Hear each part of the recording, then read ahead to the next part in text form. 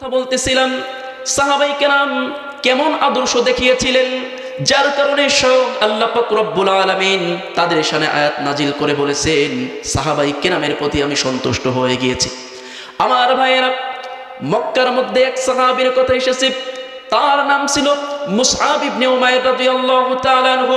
হযরতে মুসআব ইবনে উমাইর রাদিয়াল্লাহু তাআলা আনহু মক্কার মধ্যে শৌখিন এবং সুদর্শন যুবকদের একজন ছিলেন। নবী করিম সাল্লাল্লাহু আলাইহি ওয়াসাল্লাম বলেছেন, মক্কার মধ্যে আমার কাছে সবথেকে শৌখিন এবং সুদর্শন যুবক ছিল মুসআব ইবনে উমাইর। মুসআব ইবনে উমাইর রাদিয়াল্লাহু তাআলা আনহু ওই সময় ইসলাম ধর্ম গ্রহণ করেননি। সে ছিল একটা ধনী পরিবারের সন্তান। মুসআব ইবনে উমাইর রাদিয়াল্লাহু তাআলা আনহু যখন রাস্তা দিয়ে হেঁটে যেতেন, ওই সময়ে আশপাশের মানুষেরা তারা অবস্থান করে মুসআবের দিকে অপলক নেত্রে চেয়ে থাকতো। কারণ মুসআব রাদিয়াল্লাহু তাআলা আনহু এর গায়ে যেই পোশাক থাকতো, পায়ে যেই জুতা থাকতো এবং আতরে যেই সেন্ট আতর মাখতো, সেটা ছিল সব থেকে উন্নত এবং মূল্যবান। এ কারণে কিতাবের মধ্যে এসেছে, যখন মুসআব রাদিয়াল্লাহু তাআলা আনহু কোন রাস্তা দিয়ে অতিক্রম করতেন আর ওই পাশ দিয়ে যখন কেউ হেঁটে যেত, দীর্ঘক্ষণ পর্যন্ত মানুষেরা অনুভব করতে পারতো এই স্থান দিয়ে মুসআব ইবনে উমাইর অতিক্রম করেছে। মুসআব ইবনে উমাইর রাদিয়াল্লাহু তাআলা আনহু বড় পরিপাটি, সুদর্শন এবং শৌখিন একজন যুবক ছিলেন। তিনি ইসলাম ধর্ম গ্রহণ করেছিলেন না, ওই সময় কুফরি অবস্থায় ছিলেন। একদিনের সে কোনো একভাবে বিশ্বনবী জনাবে মুহাম্মদুর রাসূলুল্লাহ সাল্লাল্লাহু আলাইহি ওয়াসাল্লামের দরবারে এসে হুজুর সাল্লাল্লাহু আলাইহি ওয়াসাল্লামের বক্তৃতা শুনতে থাকে। এভাবে মাঝে মাঝে হুজুর সাল্লাল্লাহু আলাইহি ওয়াসাল্লামের দরবারে আসে। বয়ান বক্তৃতা শুনতে শুনতে এক পর্যায়ে ইসলামের সার নির্যাস তার কলিজার মধ্যে প্রবেশ করে ফেলে। এবার সে সিদ্ধান্ত নেয়, আর বসে থাকা যাবে না, এখনই আমি ইসলাম ধর্ম গ্রহণ করব। তার কারণ হচ্ছে, যদি আমি ইসলাম ধর্ম গ্রহণ করা থেকে বিরত থাকি আর এই মুহূর্তে আজরাইল আলাইহিস সালাতু ওয়াস সালাম এসে যান, তাহলে তো আমি চিরস্থায়ী জাহান্নামে হয়ে যাব। যার কারণ বিশ্বনবী জনাবে মুহাম্মদুর রাসূলুল্লাহ সাল্লাল্লাহু আলাইহি ওয়াসাল্লামকে বললেন, ও আল্লাহর পয়গম্বর, আর দেরি নয়, আমি আপনার হাতে হাত রাখলাম, কালিমা পড়ে আমাকে মুসলিম বানিয়ে দিন। সুবহানাল্লাহ। বিশ্বনবী জনাবে মুহাম্মদুর রাসূলুল্লাহ সাল্লাল্লাহু আলাইহি ওয়াসাল্লাম মুসআব ইবনে উমাইরকে বললেন, মুসআব আমার সাথে পড়ো, আশহাদু আল্লা ইলাহা ইল্লাল্লাহু ওয়া আশহাদু আন্না মুহাম্মাদান আবদুহু ওয়া রাসূলুহু। আমার ভাইয়েরা, বিশ্বনবী জনাবে মুহাম্মদুর রাসূলুল্লাহ সাল্লাল্লাহু আলাইহি ওয়াসাল্লামের সাথে হযরতে মুসআব ইবনে উমাইর রাদিয়াল্লাহু তাআলা আনহু কালিমায়ে শাহাদাত পড়ে ইসলাম ধর্ম গ্রহণ করলেন।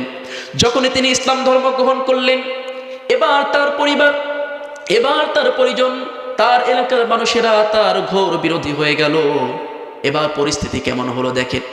মুসআব রাদিয়াল্লাহু তাআলা আনহুকে দীর্ঘদিন যাবত বাসার মধ্যে বন্দী করে রাখা হলো, জুলুম এবং নির্যাতন চালানো হলো, আর বলা হলো যে ইসলাম থেকে ফিরে আসো, তুমি তো ধর্মান্তরিত হয়েছো, ধর্ম থেকে তুমি বিচ্যুত হয়েছো, তুমি যদি জান্নাতি হতে চাও, স্বর্গে যেতে চাও, তাহলে ইসলাম ত্যাগ করে আবার পূর্বের সহি ধর্মের উপরে চলে আসো।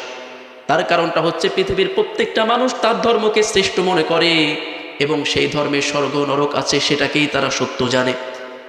এভাবে তাকে তালকিন করা হলো, তুমি ফিরে আসো, কালিমা ছেড়ে দাও, আমাদের বাপ দাদার ধর্মে ফিরে আসো। আমার ভাইয়েরা, মুসআব ইবনে উমাইর রাদিয়াল্লাহু তাআলা আনহু বললেন, যেই কালিমা একবার পাঠ করেছি, জীবন যাবে, কালিমার থেকে এক চুল পরিমাণ দূরে সরে যাব না। সুবহানাল্লাহ। এটাই হচ্ছে ঈমান, এটাই হচ্ছে কালিমার প্রতি ভালোবাসা। আমার ভাইয়েরা, যাদের অন্তরে কালিমার প্রতি পরিপূর্ণ ভালোবাসা থাকবে, এই সমস্ত মানুষেরাই মৃত্যুর সময়ে কালিমা পাঠ করে মৃত্যুবরণ করতে পারবে। সুবহানাল্লাহ। ভালো করে লক্ষ্য করুন, মুসআব ইবনে উমাইর রাদিয়াল্লাহু তাআলা আনহুর অবস্থা, তাকে বন্দী করে রাখা হয়েছে, কোনোভাবে তাকে ঘর থেকে বের হতে দেওয়া হচ্ছে না। শুধু এখানেই শেষ নয়, খাবার বন্ধ করে দেওয়া হয়েছে, পানি বন্ধ করে দেওয়া হয়েছে।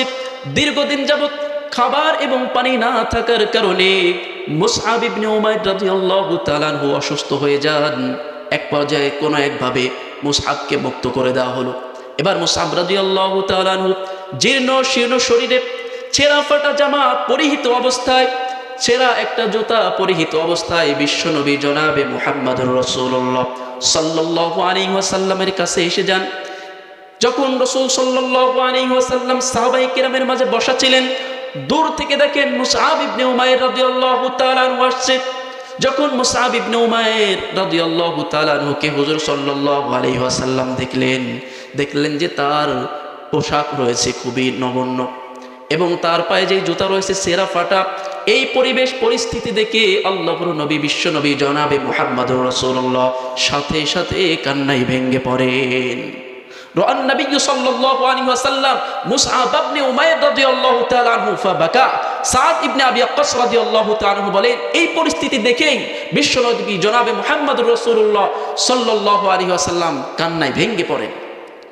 আর সাহাবায়ে কেরামকে লক্ষ্য করে বলেন, ও আমার সাহাবায়ে কেরাম, দেখো দেখো আমার মুসআব আমার কাছে এসেছে, কিন্তু ইসলাম ধর্ম গ্রহণ করার কারণে মুসআবের আজ এই অপরিস্থিতি, মুসআবের আর এই পরিবেশ আজ হয়েছে। হে আমার সাহাবায়ে কেরাম, এই মুসআবের সাথে তোমরা সর্বোচ্চ ভালো আচরণ করবে, তাকে মনোপ্রাণে ভালোবাসবে, কেননা তার ঈমানটা হলো বড় মূল্যবান। আমার ভাইয়েরা, এভাবে রাসূল সাল্লাল্লাহু আলাইহি ওয়াসাল্লাম দরবারকে আঁকড়ে ধরে দীর্ঘদিন হুজুর সাল্লাল্লাহু আলাইহি ওয়াসাল্লামের সান্নিধ্যে থেকে তিনি কুরআনুল কারীমের হাফেজ হয়ে যান এবং শরীয়তের জ্ঞান হুজুর সাল্লাল্লাহু আলাইহি ওয়াসাল্লাম থেকে শিখে নেন।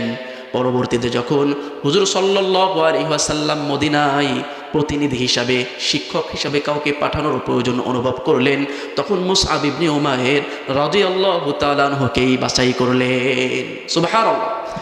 তো মুসআব ইবনে উমাইর রাদিয়াল্লাহু তাআলা আনহু তো তার পিতামাতাকে ত্যাগ করে ইসলাম ধর্ম গ্রহণ করে হুজুর সাল্লাল্লাহু আলাইহি ওয়াসাল্লামের কাছে এসেছেন।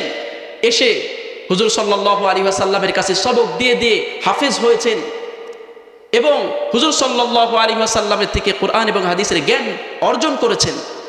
এবার যখন মদিনার মানুষেরা আস্তে আস্তে ইসলাম ধর্ম গ্রহণ করতে থাকলো, তো তারা মনে করলো যে ইসলাম ধর্ম গ্রহণের পরে আমরা তো আর বসে থাকতে পারি না, ইসলাম সম্পর্কে আমাদের জানা দরকার, বোঝা দরকার, নামাজটা কিভাবে পড়তে হয়, রোজাটা কিভাবে রাখতে হয়, যাকাতটা কিভাবে দিতে হয়, ইসলামটা কমপ্লিট ইসলাম কিভাবে পালন করতে হয় সে সম্পর্কে আমাদের জানা দরকার, বোঝা দরকার।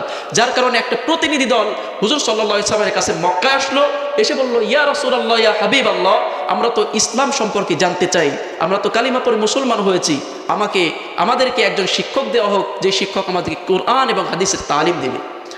যার কারণে বিশ্বনবী জনাবে মুহাম্মদুর রাসূলুল্লাহ সাল্লাল্লাহু আলাইহি ওয়াসাল্লাম সর্বপ্রথম যাকে কোরআনের হাফেজ রূপে এবং কোরআনের মুআল্লিম হিসাবে পাঠিয়েছিলেন, ইতিহাসের কিতাবের মধ্যে এসেছে, তার নাম হলো মুসআব ইবনে উমাইর রাদিয়াল্লাহু তাআলা আনহু।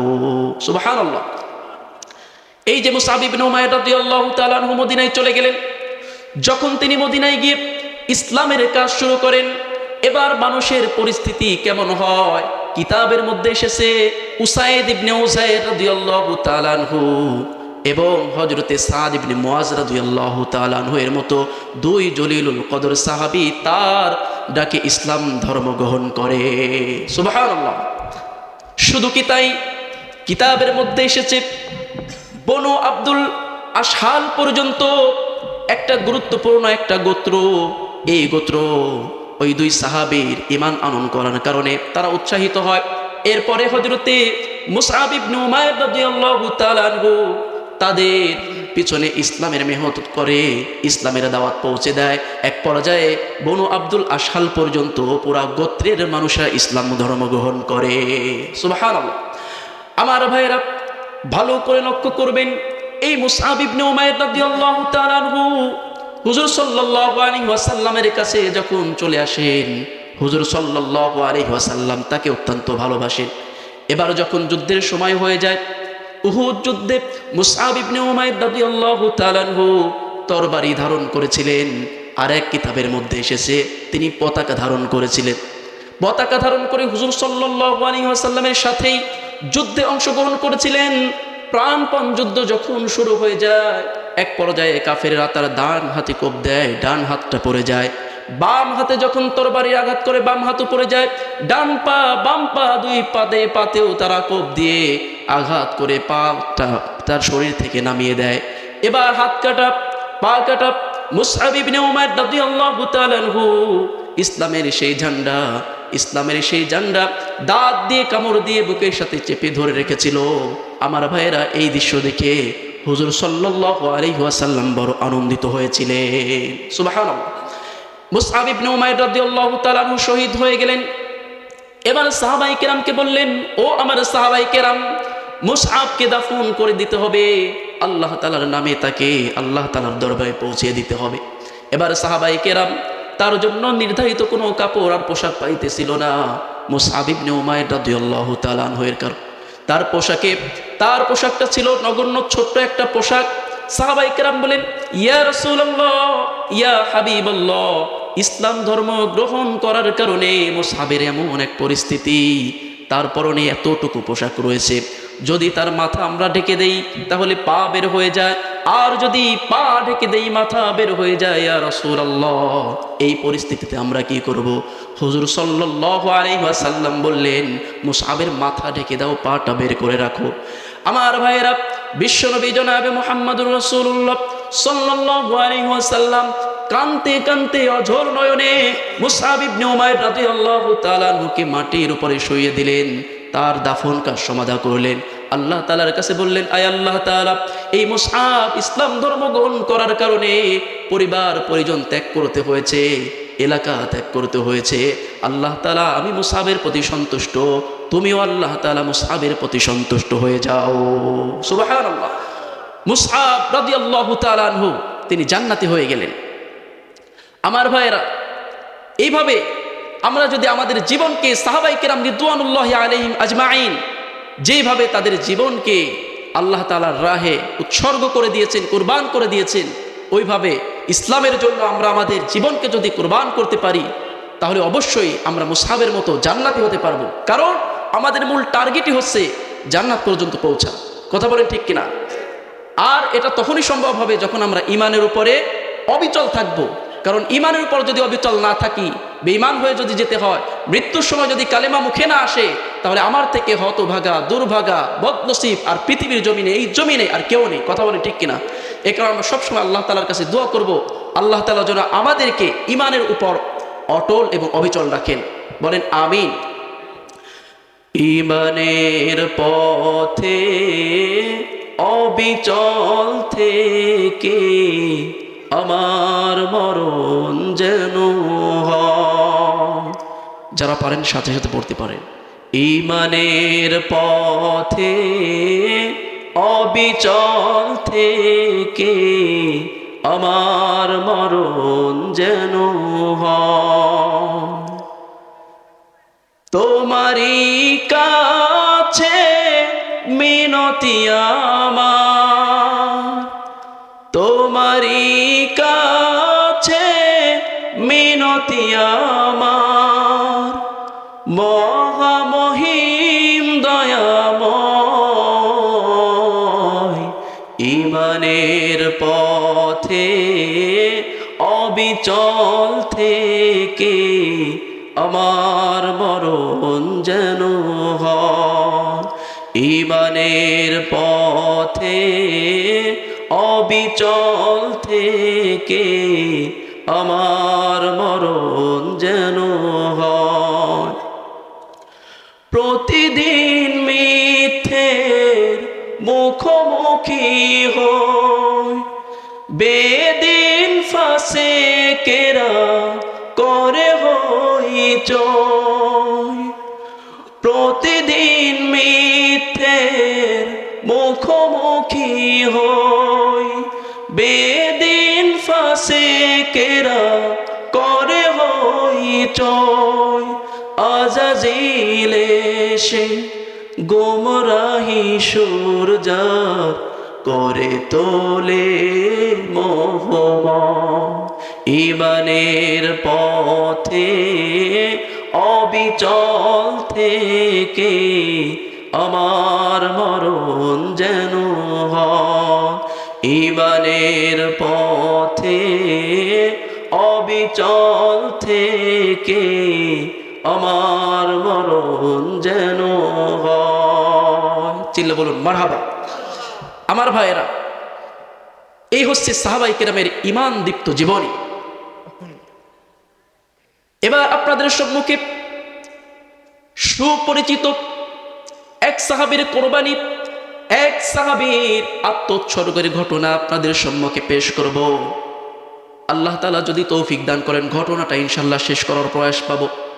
আমার ভাইয়েরা, কিতাবের মধ্যে এসেছে বিশ্বনবী জনাবে মুহাম্মদুর রাসূলুল্লাহ সাল্লাল্লাহু আলাইহি ওয়াসাল্লামকে আল্লাহ তাআলা মেরাজের রজনীতে আরশ, কুরসি, লৌহ কলম, সপ্ত আসমান ঘুরিয়ে, আরশ ঘুরিয়ে, জান্নাত জাহান্নাম ঘুরিয়ে আবার মাটির মানুষকে মাটিতে পৌঁছে দিয়েছিলেন।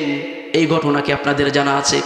আল্লাহ তাআলা পবিত্র কালামুল্লাহ শরীফে বলেছেন, সুবহানাল্লাযী আসরা বিআবদিহি লাইলাম মিনাল মাসজিদিল হারাম, লাইলাম মিনাল মাসজিদিল হারাম ইলাল মাসজিদিল আকসা আল্লাযী বারাকনা হাওলাহু লিনুরিয়াহু মিন আয়াতিনা ইন্নাহু হুয়াস সামিউল বাসীর। আল্লাহু আকবার।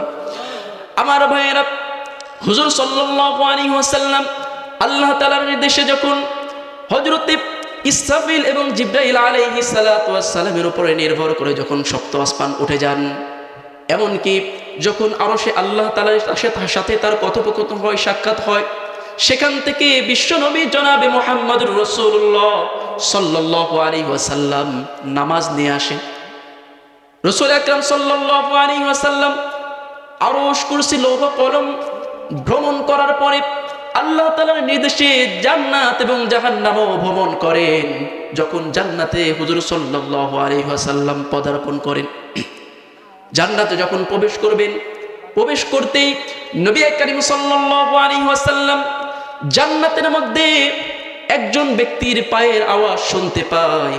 এবার বিশ্বনবী জনাবে মুহাম্মদুর রাসূলুল্লাহ সাল্লাল্লাহু আলাইহি ওয়াসাল্লাম জিবরাইল আলাইহিস সালাতু ওয়াস সালামকে বলে, ও জিবরাইল, জান্নাতে প্রবেশ করব ঠিক, কিন্তু জান্নাতের মধ্যে কার যেন, কোন ব্যক্তির যেন পায়ের আওয়াজ শোনা যায়। এবার হযরত জিবরাইল আলাইহিস সালাতু ওয়াস সালাম বলেন, ইয়া রাসূলুল্লাহ, ইয়া হাবিবাল্লাহ, হুজুর, এটা সাধারণ কোনো ব্যক্তির পায়ের ছোঁয়া নয়, এটা সাধারণ কোনো ব্যক্তির পায়ের আওয়াজ নয়। হে আল্লাহর হাবিব, ওই দুনিয়ার জমিনে আপনার প্রিয় একজন সাহাবী আপনার জন্য জানকে কোরবান দেওয়ার জন্য প্রস্তুত ছিল, সেই প্রাণের সাহাবী হযরতে বেলাল রাদিয়াল্লাহু তাআলা আনহু এর পায়ের আওয়াজ। সুবহানাল্লাহ।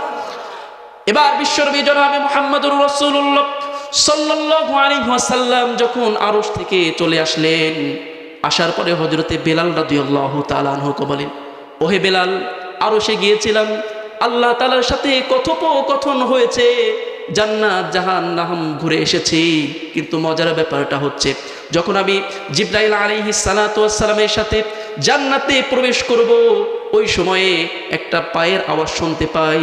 জিবরাইল আলাইহিস সালাতু ওয়াস সালামকে জিজ্ঞাসা করি, ওহে জিবরাইল, এই আওয়াজটা কার, কোন ব্যক্তির পায়ের আওয়াজ আমি শুনতে পাই?